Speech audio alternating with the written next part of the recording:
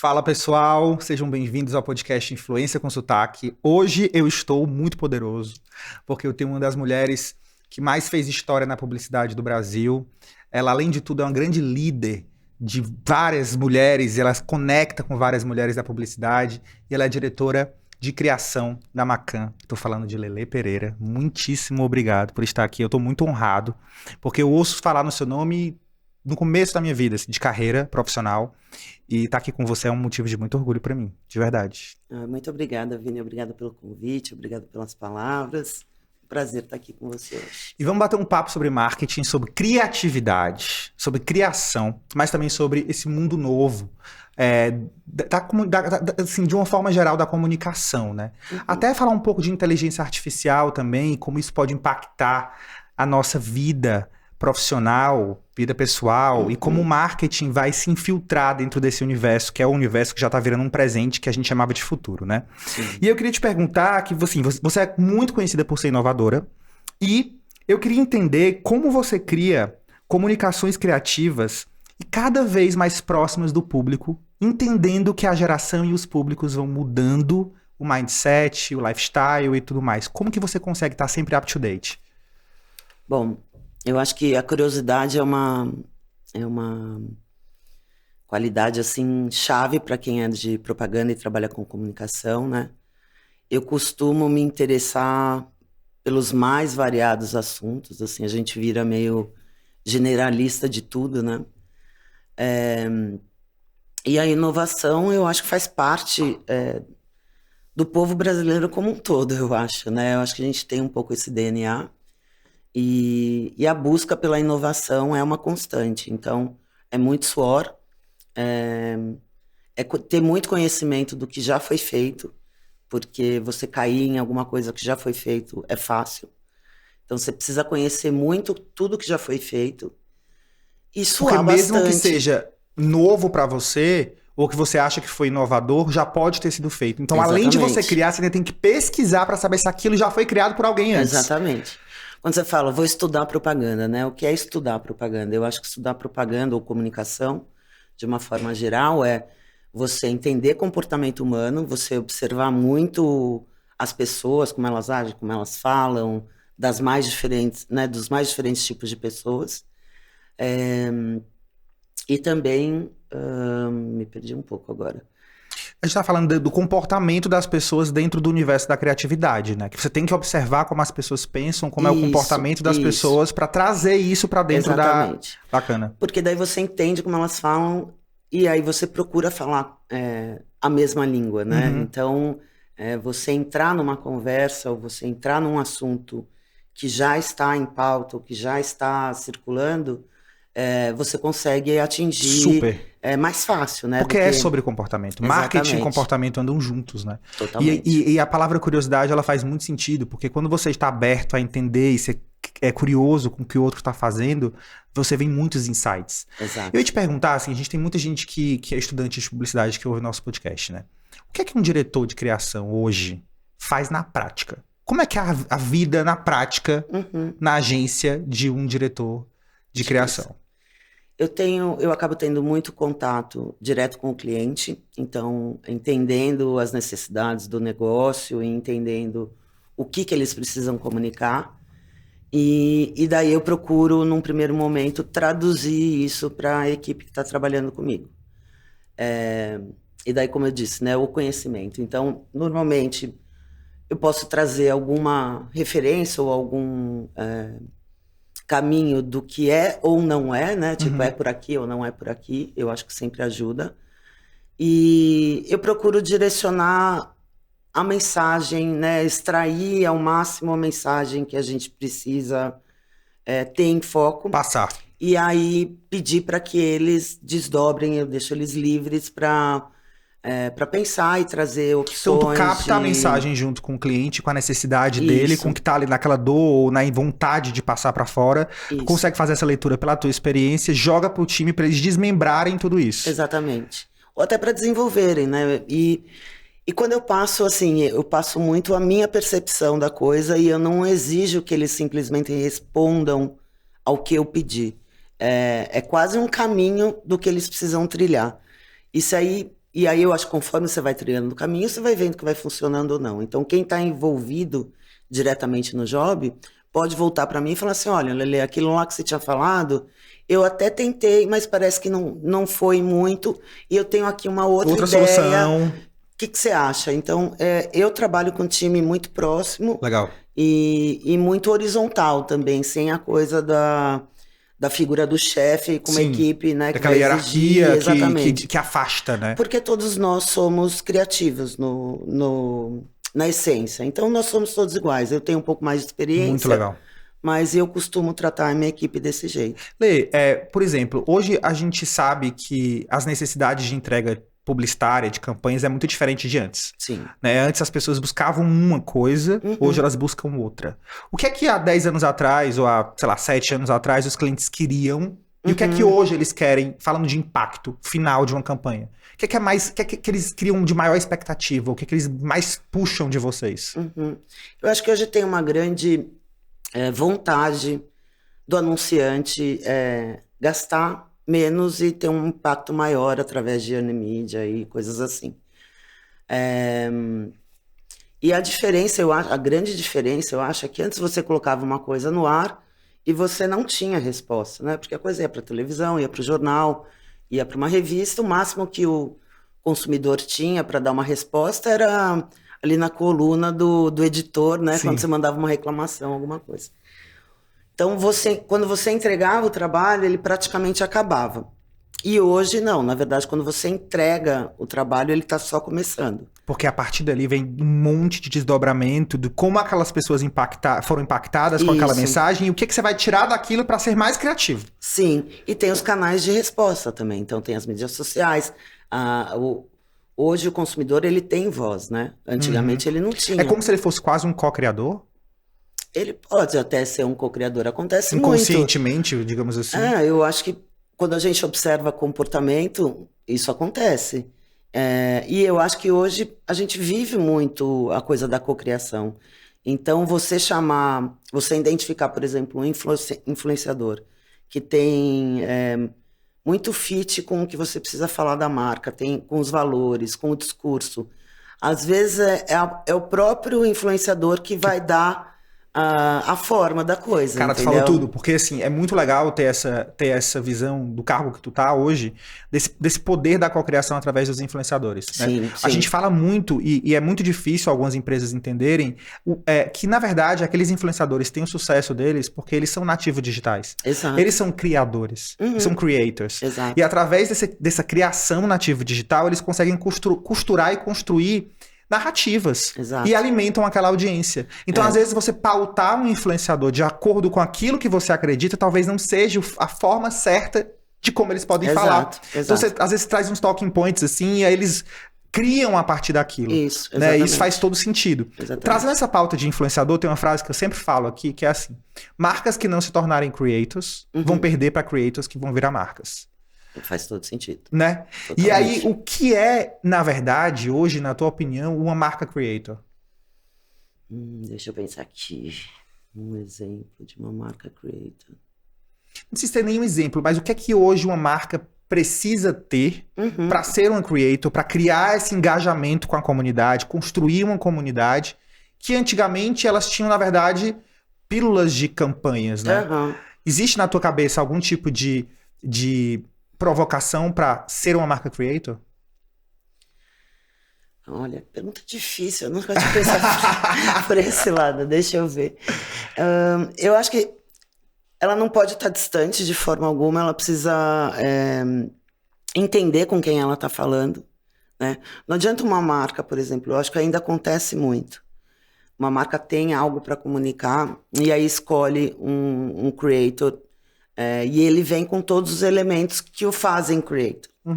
E aí a marca querer limpar de alguma forma isso para dar o discurso que ela quer dar. Entendi. Isso não vai funcionar, porque daí você está tirando a essência do creator e querendo empurrar ali uma mensagem que as pessoas não estão interessadas em ouvir naquele meio. Então, eu acho que uma marca creator seria a marca que consegue enxergar e se alinhar nos seus valores e no seu discurso com o creator que ela vai trabalhar e deixar o creator livre para fazer o que ele sabe fazer. Quer criar uma persona digital, talvez, né? Sim, é como se, talvez você esteja dizendo que ela é como se ela tivesse que ter verdade, valores, voz, e se alimentasse de creators para ser correspondentes disso que ela fala. Exatamente. Interessante, muito bom. E aí, falando de creators também, continuando esse assunto, um pouco de celebridades, como que esse boom e esse crescimento das celebridades, dos nativos digitais, dos creators, dos influenciadores, impactaram as campanhas? Elas... Hoje o escopo de uma entrega de comunicação é completamente diferente, né? Tem um exemplo curioso que aconteceu agora no Carnaval, por exemplo, e daí colocar na balança o que é uma celebridade e o papel de um creator. A gente trabalhando com o Itaipava, que é uma marca que a gente trabalha ali na agência, a gente fez um dos conteúdos com o Toquinho. Lá, maravilhoso. Que é maravilhoso. Maravilhoso. Então, o Toquinho bateu a Gisele Bündchen em engajamento na Brahma. Então, assim, para mim, isso é o resumo da época que a gente está vivendo. Meu Deus. Porque um concorrente traz a Gisele Bündchen pagando uma fortuna, né? Porque a Gisele não sai da cama por menos de sei lá quanto. E ela tem, claro, a sua importância, o seu papel, né? Tudo que ela traz junto. Mas quando você vai para a mídia social e você está falando com esse público, talvez o Toquinho seja mais relevante do que a Gisele Bündchen. Mais assertivo, né? Talvez. Exatamente. Então, assim, a gente viu depois, nos reports que a gente tem acesso, enfim, que o post do Toquinho para Itaipava teve mais engajamento do que o post da Gisele na Avenida. É absurdo. Então, você escolher um personagem certo, o timing certo, ele faz muita diferença, né? Muito. Mas, por exemplo, parte da criação, essa vontade de escolher o Toquinho, é um time junto. Sim. Por que foi a escolha dele? O que é que dentro da criação estimula colocar ele na campanha? Sim. Era uma coisa do Carnaval de Salvador, né? E então a gente queria uma figura que fizesse sentido para o assunto e para a região onde a gente estava. E aí, através de um time, a gente tem o time de conteúdo dentro da agência, a gente tem as pessoas que são específicas para trabalhar com os influenciadores, a gente vai abrindo os nomes e possibilidades até chegar num nome certo, seja por engajamento, seja por números, enfim. Ou relevância da mensagem que a gente tem naquele momento. Legal, então é como se juntasse vários times, Sim. Criação de influência, de atendimento, e essa soma faz com que encontre os personagens certos, né? Exatamente. Até pouco tempo as agências não tinham um núcleo de marketing de influência. É verdade. Né? E hoje em dia o núcleo de marketing de influência eu acho que não daria para existir uma agência sem ele. Não dá. Qual que é a importância hoje de ter um núcleo voltado para o marketing de influência dentro das agências? O que é que isso mudou na dinâmica de vocês? Eu acho que é 100% necessário e é uma forma diferente de trabalhar. Então, eu tenho o meu time criativo que trabalha junto com o time de conteúdo. E é quase um ping-pong, assim. O meu time de criação, ele vai ficar responsável mais pela parte do conceito daquela campanha, do que aquilo vai dizer além das mídias sociais, né? Um discurso maior. E daí, quando a gente chega nisso, a gente vai conversar com o time de conteúdo e conta qual é a ideia, qual é o conceito daquilo. E daí eles vão para né, para a reunião deles, para as buscas deles. E aí trazem os nomes, trazem algumas ideias, tal. E aí a gente se reúne novamente. E aí esse trabalho volta para a gente concretizar, na verdade. Então, eu vejo que o time de conteúdo ele tem um papel estratégico muito importante, porque é de fazer a cronologia, de fazer quase uma timeline mesmo, né? Do que faz sentido para aquilo que a gente vai anunciar, em que momento, em que plataforma e tal.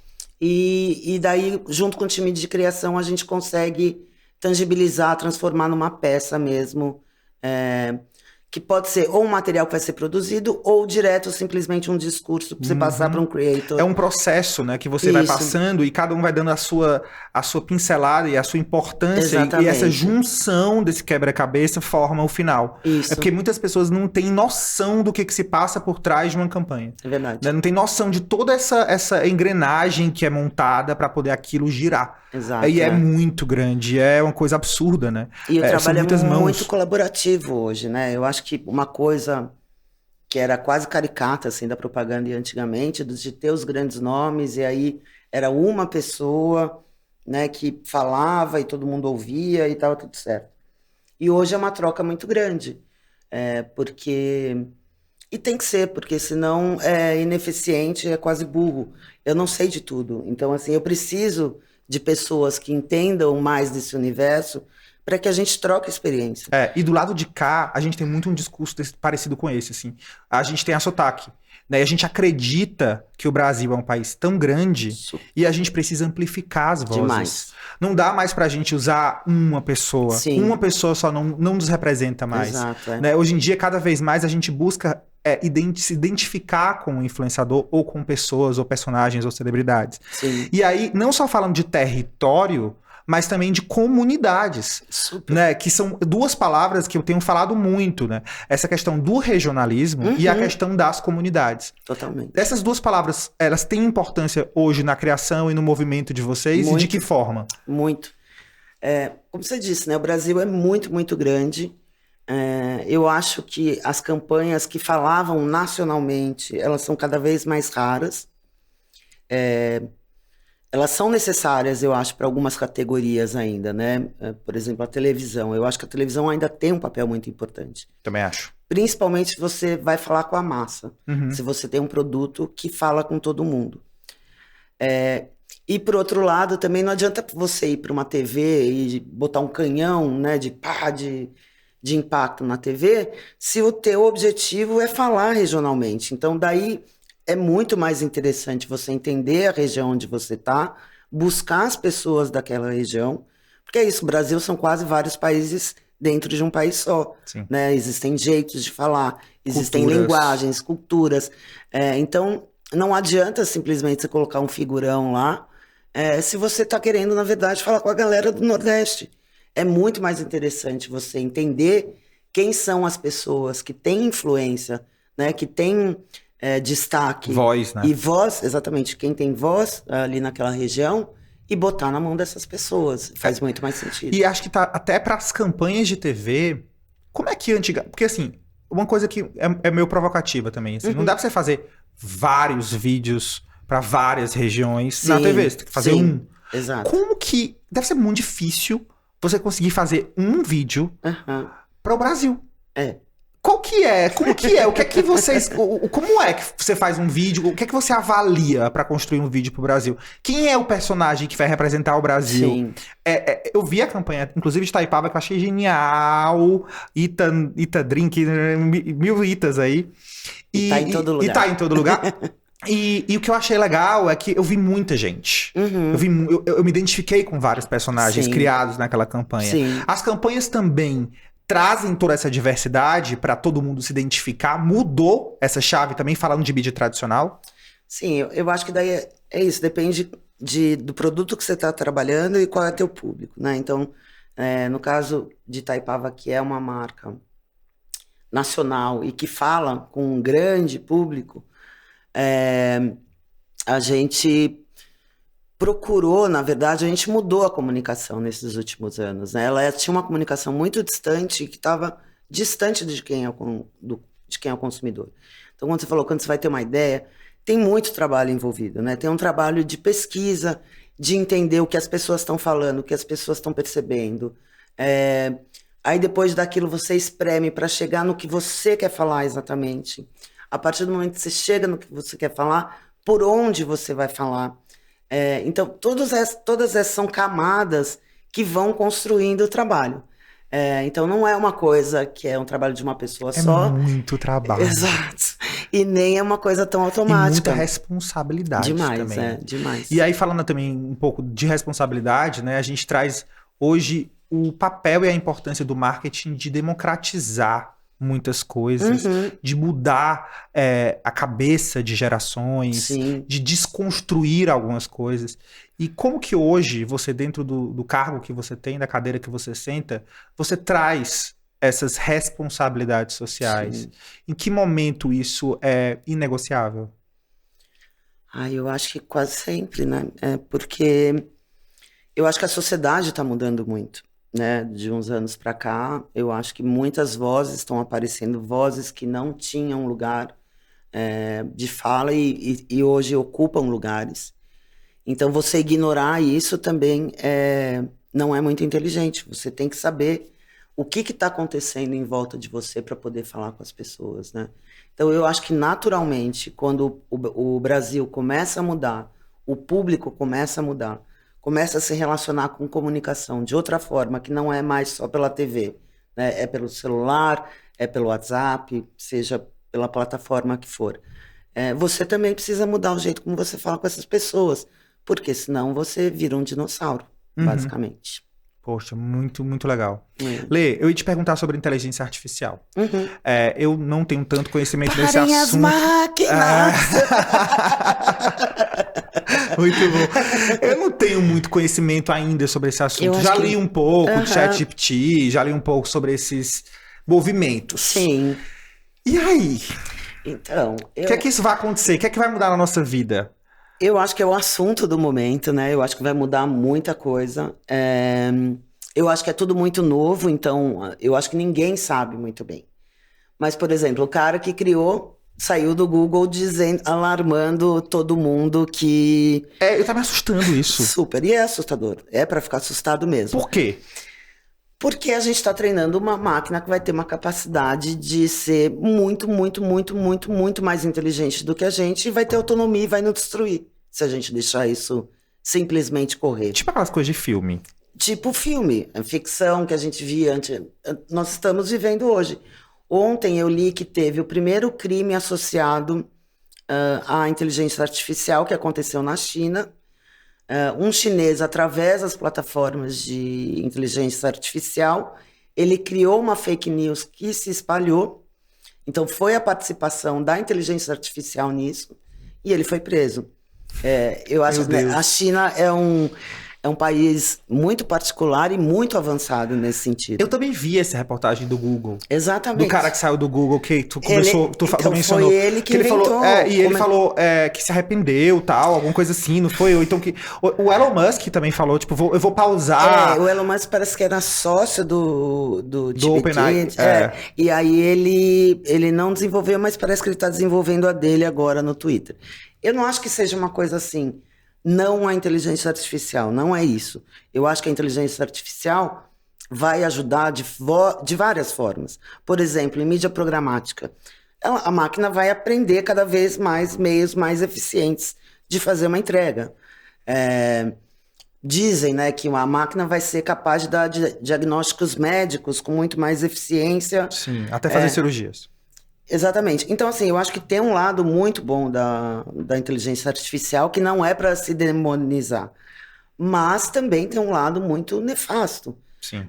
E eu, por exemplo, eu sou redatora de formação, né? Eu li uma lista lá das profissões que iam sumir com a inteligência artificial e redação era o número 2. Eu falei, nossa, que beleza, né? Mas assim, a máquina... Mas é muito... Tu já entrou no ChatGPT só pra testar? Eu não testei. Eu testei. É uma coisa Eu já vi louco. muitos exemplos de músicas criadas, de poemas criados, assim. Eles criam... A ferramenta, de fato, cria qualquer coisa. É inquestionável que eles são muito mais inteligentes do que a gente. Do que a máquina é muito mais inteligente. É uma coisa de louco. Só que não existe nenhum compromisso com a verdade também, porque ela se alimenta de coisas que estão na rede. E ela não tem o discernimento do que é certo e do que é errado. Uhum. Ela não tem esse filtro. Quem tem esse filtro é o humano. Né? Quem tem moral, né?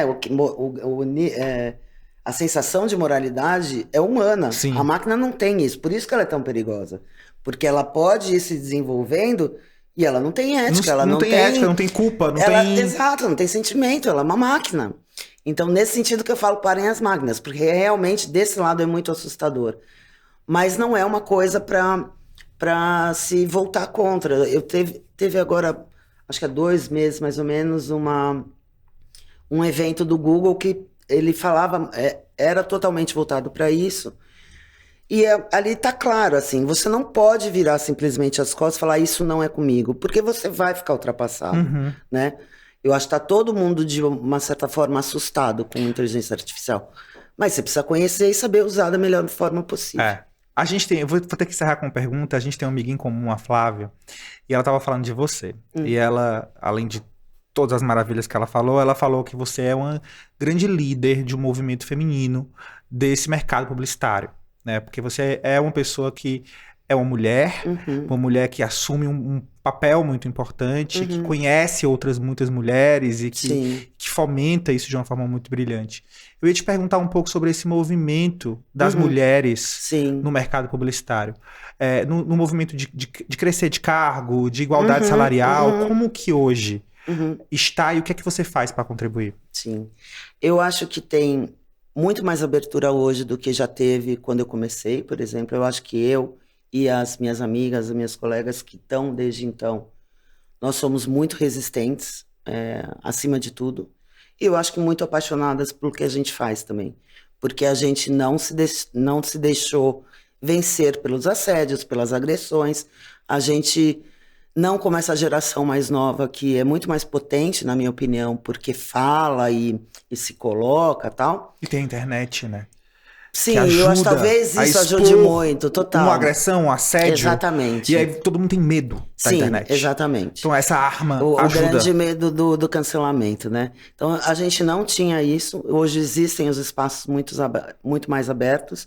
E eu acho que não só as mulheres, mas eu acho que existe um movimento do mercado de inclusão, que é a inclusão de raça, inclusão de gênero, inclusão de PCDs, de ser um mercado que espelhe melhor a sociedade onde a gente vive. E daí não dá para só o homem cis, branco, heteronormativo falar com todo mundo, porque cada um sabe o jeito como tem que se falar. Então, quanto mais diversidade, quanto mais representatividade, mais assertivo é o discurso.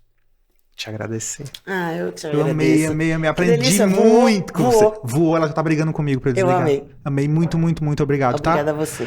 Gente, essa é Lele Pereira, essa mulher potente, com essa voz forte, firme, que realmente muda aí a história da publicidade ao longo desses anos de trabalho que ela tem.